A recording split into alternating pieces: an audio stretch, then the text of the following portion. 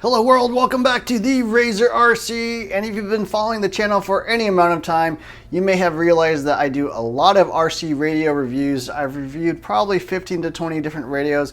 I own pretty much every RC radio under 300 bucks, so consider myself very experienced with what is available on the market. So I just wanted to cover the radios I personally use. I don't just use one radio. I actually have something like 20 to 25 different radios, but I use 5 of them for different purposes. So I just want to cover what I use, why I use them, and then kind of my suggestions if you want to pick up something similar. So yeah, let's kick it off. So for small scale RC cars, and I'm talking things under 1/10 scale, so like 1/14 scale like we have here, the Team Associated 14B, or 1/16 scale, or even Mini Z, I do recommend the Futaba 4PM. For these small scale vehicles, there's really a few things you want. One is pretty much a lightning fast radio. If you take these things out racing, or even to a carpet track or something like that, they're really quick, really agile, really maneuverable. You need kind of like instant reflexes with your radio. So you want a high performing radio. You don't want something super slow. Futaba is a great choice for a couple of reasons. One is that it's got the performance as good as pretty much anything else there on the market. This is the 4PM. They also make the 3PV and I think the 10PX or something like that. So they make a wide range of radios. This is the mid-range one. And so they're compatible actually with Mini Z vehicles. So if you do Mini Z racing, Futaba is compatible with those Mini Z receivers, so that's really nice. Second thing is the receivers are not that expensive. So something like this, the 204 GFE, I think it's around $40 or $50. Super high performing, really fast. There is no external antenna on this, so you don't have to worry about having an antenna tube or a lot of wires wrapping around. And then it's fairly small as well. And the nice thing, pretty inexpensive for a super high caliber receiver, as opposed to something like Spektrum or even Sanwa. Those are fairly expensive. So receivers are fairly priced, not too big, so they fit really nicely on these small scale vehicles. And if you want to run Mini Z stuff, Futaba is built in to do that out of the box. So yeah, my choice in kind of the small scale stuff and what I personally use is Futaba 4PM for these little vehicles. This might surprise you, but for Traxxas vehicles, I just use the included TQI radio that comes with every Traxxas vehicle. A feature a lot of people don't know is that this single radio can actually control all of your RC Traxxas vehicles. So all the Traxxas vehicles come with a TQI receiver. They can bind up to one single radio, so you can just use a single radio for all your vehicles. I personally like using the Traxxas link. That helps make the controls a little bit easier to adjust. So you got to download the app and you have to bind it to this radio. But once you do that, you can pretty much have access to a wide range of vehicles, including the telemetry features, the different models, all the adjustments you want to make. So I see no real reason to switch out the Traxxas TQI for something else. Yeah, the performance on this thing is not great. It's a little slow, the shape of the radio is not the greatest, but there's not really a reason to go ahead and buy like 6 or 7 different receivers if you got 6 or 7 different Traxxas vehicles like I do. I do pretty much get a lot of different vehicles, and I'm not going to buy a receiver for all of them. So it just makes a lot of sense to me just to use the TQI radio. It works totally fine. It's not the highest performing thing, but these things are not, race cars. They're really just bashers. Just have some fun with it, and you can just use the TQI radio. The other big bashing brand out there is Arma, and one cool thing about all the latest Armas is that they do come with a Spektrum receiver. If you get one with the SR315 or a higher end Spektrum receiver, it's actually compatible with all these Spektrum radios. So whether you want to use the DX5C or the DX5 Pro like you've got here, you can just bind it right up to your Arma vehicle with that Spektrum SR315. Have it running out of the box. You don't have to spend any more money. As long as you buy one single radio, that can go ahead and control all your Arma vehicles. That's really nice thing about Arma. It's under the Horizon Hobby umbrella, which also owns Spektrum, so they all come included with Spektrum receivers. The other thing is I do use this radio actually for all my other bashers, even like my Team Associated, Rival MT8 or something like that. I do just stick in a cheap Spektrum receiver in there. They're fairly inexpensive actually. You can get a Spektrum receiver for like 30 bucks or less. There's even like knockoff ones you can buy if you don't want to buy an official Spektrum receiver. But yeah, they're fairly inexpensive. The performance is actually really good. This radio is awesome. I mean, it is definitely a race level radio.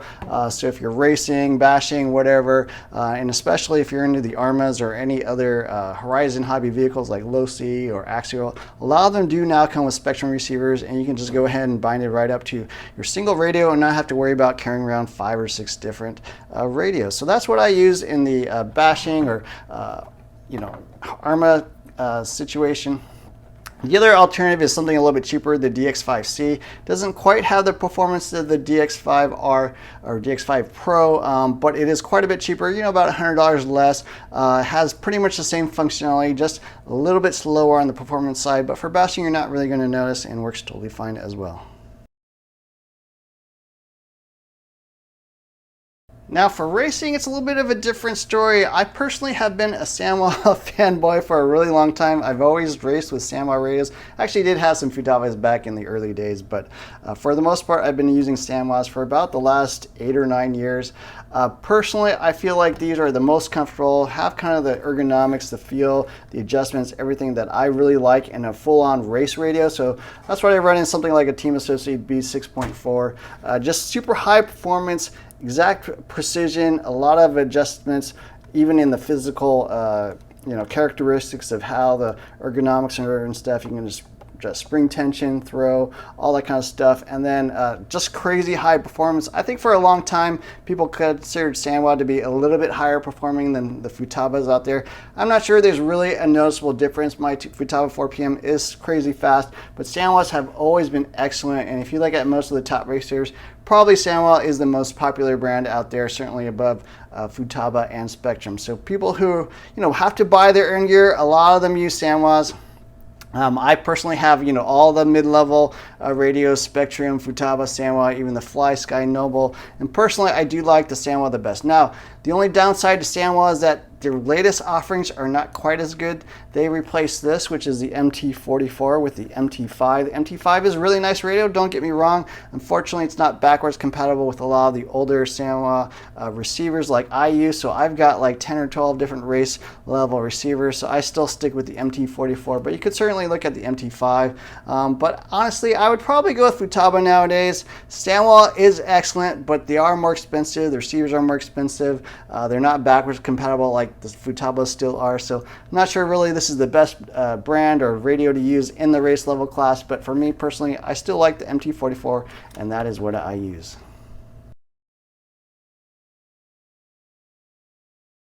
And the last radio I use on a frequent basis is for my Nitro vehicles. So if you've been following the channel, I got Nitro buggies, I got Nitro monster trucks. They're all pretty much RTR vehicles, so I don't really have any full-on race vehicles, so I don't need a full-on race radio. And what I personally like is this guy, the Flysky FSG7P.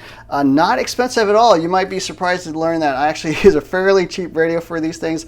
This radio is only like $70, $80. We'll have links in the description below where you can pick up any of these things. But yeah, the radio is fairly inexpensive. One thing I really like for Nitro vehicles is basically a turning adjustment knob. So you can adjust your throttle using a single knob like this. That's what I've got this set to. Obviously for Nitro vehicles, you might want to idle up a little bit. You don't want to be clicking buttons and stuff like that. I just like turning that knob a little bit. It's really nice to adjust. And then when you want to go back down to normal neutral, you can go ahead and set that. So super easy to use. Also, the receivers are quite inexpensive. I think they're like 20 bucks or so. Not expensive at all. It also has nice battery voltage both on the radio and then also on the vehicle side, so you can find out whether your receiver pack is running at the right voltage or not, or whether it's running low. You can go ahead and monitor that on your actual radio. So that's super nice for Nitro. Inexpensive. Receivers are inexpensive. If this thing eventually breaks or something, it's not a big deal. You get dirt or nitro fuel over it, you're not going to really cry because it's a $70 radio and it's not going to bother you too much. I will put a link in the description below for the steering wheel. This is really the only downside to the radio.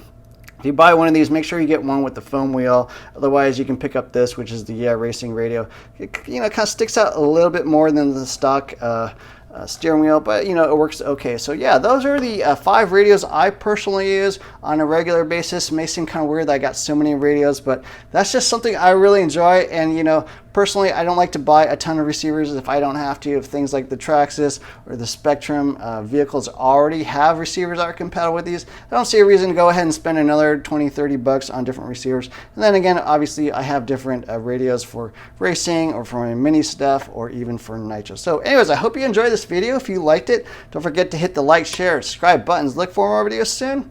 Thanks for watching.